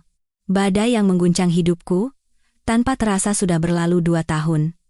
2 tahun? Cukup untuk sebuah kota memiliki landmark baru, cukup bagi seseorang untuk berubah total, luar dan dalam. Aku berhasil lulus pasca sarjana dan dengan nilai memuaskan lulus ujian sertifikasi konselor psikologi tingkat nasional. Ayu Lestari, ibu rumah tangga yang dulu terjebak dalam rawa pernikahan dengan harga diri rendah, kini telah menjadi konselor psikologi dengan kualifikasi profesional, mulai menerima kliennya sendiri. Melalui perkenalan profesor, aku dan seorang senior yang sevisi membuka sebuah ruang konseling kecil di sebuah studio yang tenang dan elegan. Namanya Tunas. Melambangkan kelahiran kembali dan harapan, studio itu kudesain sendiri. Nuansa krem hangat dan warna kayu menjadi warna utama, dengan tanaman hijau sebagai aksen. Sinar matahari yang masuk melalui tirai terasa hangat dan tenang. Di sini, aku bertemu dengan wanita muda yang bingung karena cinta, wanita parubaya yang kehilangan arah dalam karier, dan para istri yang menderita dalam hubungan rumah tangga. Setiap kali aku mendengarkan, membimbing dengan pengetahuan profesional dan pengalaman pribadi, berempati dan memberdayakan, aku merasakan nilai diri yang belum pernah ada sebelumnya. Aku tidak bisa menyelamatkan semua orang, tetapi aku berharap di saat-saat tergelap mereka, aku bisa menjadi secercah cahaya, memberikan sedikit kehangatan dan arah. Proses membantu orang lain ini adalah sublimasi dari proses penyembuhan diriku sendiri. Aku telah benar-benar keluar dari bayang-bayang label mantan istri Adi. Aku adalah Ayu Lestari. Sebagai individu yang mandiri, berdiri tegak dengan kemampuanku sendiri, dan berusaha membantu orang lain untuk berdiri tegak. Hal-hal di masa lalu sudah seperti angin lalu. Nama Adi Nugraha dan semua berita tentangnya telah sepenuhnya lenyap dari hidupku. Sesekali dari beberapa kenalan lama yang masih berhubungan, kudengar ia telah meninggalkan kota ini dan pergi ke kota kecil yang biaya hidupnya lebih murah. Apa yang ia lakukan, tidak ada yang tahu, dan tidak ada yang benar-benar peduli. Ia seperti batu yang dilemparkan ke danau. Pernah menimbulkan riak besar yang kotor, tetapi akhirnya danau itu kembali tenang, seolah tidak pernah terjadi apa-apa. Jalur hidup kami, setelah persimpangan yang sengit dan tabrakan yang lebih sengit, telah terbelah ke alam semesta yang sama sekali berbeda, tidak mungkin ada titik temu lagi. Ini bagus. Mimpi mewah Rania sepertinya juga tidak bertahan lama. Kudengar ia dan pria takdirnya itu bertengkar hebat. Penyebab spesifiknya tidak diketahui, tetapi kehidupan yang sepenuhnya bergantung pada orang lain, saat badai datang, berapa lama bisa bertahan, berita-berita ini membuat jalan di bawah kakiku semakin kokoh. Hanya langit yang diperjuangkan sendiri yang paling kokoh dan dapat diandalkan. Hidupku sederhana dan kaya. Selain bekerja, aku rutin yoga dan membaca. Setiap tahun aku merencanakan 1 atau 2 kali perjalanan, kadang bersama keluarga, kadang sendirian. Di bawah gunung salju, aku merasakan betapa kecilnya diriku. Di depan lautan, aku merasakan keagungan. Di kota tua, aku mendengarkan sejarah. Pengalaman-pengalaman ini terus memperluas wawasan dan hatiku. Aku belajar menikmati kesendirian, dan juga menghargai keramaian. Hubunganku dengan orang tua dan adikku semakin erat. Dukungan dan pengertian tanpa syarat dari mereka adalah sandaran terhangatku. Dalam hal perasaan, aku mempertahankan sikap terbuka tetapi hati-hati. Ada beberapa perjodohan, ada juga pria yang menunjukkan ketertarikan di tempat kerja dan studi. Aku tidak lagi seperti saat muda, mendambakan hubungan untuk membuktikan harga diri atau mencari apa yang disebut sandaran. Aku menikmati keadaanku saat ini yang penuh dan mandiri. Jika aku bertemu seseorang yang membuat hatiku berdebar, seseorang yang bisa saling menghormati, mengagumi, melihat pemandangan bersama, dan tumbuh bersama, aku akan menerimanya. Jika tidak bertemu, hidupku sendiri juga tetap sangat indah. Cinta bukan lagi kebutuhan hidup, melainkan pilihan yang membuat hidup lebih indah. Suatu sore musim semi yang cerah, aku mengantar klien terakhir dan merapikan catatan konseling. Di luar jendela, lampu kota sudah berkelip seperti bintang di bumi. Aku mengunci pintu studio tunas dan berjalan pulang dengan langkah ringan. Angin malam menyapu wajahku, membawa aroma bunga. Aku tiba-tiba teringat diriku 2 tahun lalu, yang meringkuk di sudut bandara internasional, seluruh tubuh dingin dan hati seperti abu. Saat itu, aku tidak akan pernah membayangkan bahwa di dalam cangkang keputusasaan itu, tersimpan dunia baru yang begitu luas dan penuh kemungkinan. Penderitaan tidak menghancurkanku, sebaliknya, itu menjadi api yang menempa diriku, membakar habis sifat pengecut, ketergantungan, dan ketidakjelasanku, dan menciptakan tulang punggung yang kokoh, mandiri, dan jernih. Aku berterima kasih pada Ayu Lestari yang dalam situasi putus asa tidak menyerah pada dirinya sendiri, memilih untuk bangkit dan melawan. Karena kekejaman dan ketegasannya saat itu, aku bisa mendapatkan lautan luas dan langit tinggi hari ini. Tidak ada jalan yang sia-sia dalam hidup. Setiap langkah memiliki maknanya, ketulusan yang diinjak-injak, air mata yang ditahan, perjuangan di tengah malam. Semuanya telah berubah menjadi hati yang memahami orang lain, wawasan yang menembus sifat manusia, dan kepercayaan diri untuk tidak takut pada masa depan dan tidak menyesali masa lalu. Aku menatap langit malam, bintang-bintang berkelip, setiap bintang punya orbitnya masing-masing. Dan aku, Ayu Lestari, akhirnya menemukan orbitku sendiri. Tidak lagi keluar jalur karena siapapun, tidak lagi kehilangan cahaya karena siapapun, hanya dengan gigih memancarkan cahayaku sendiri yang hangat dan ulet, menuju lautan bintang yang kuciptakan sendiri.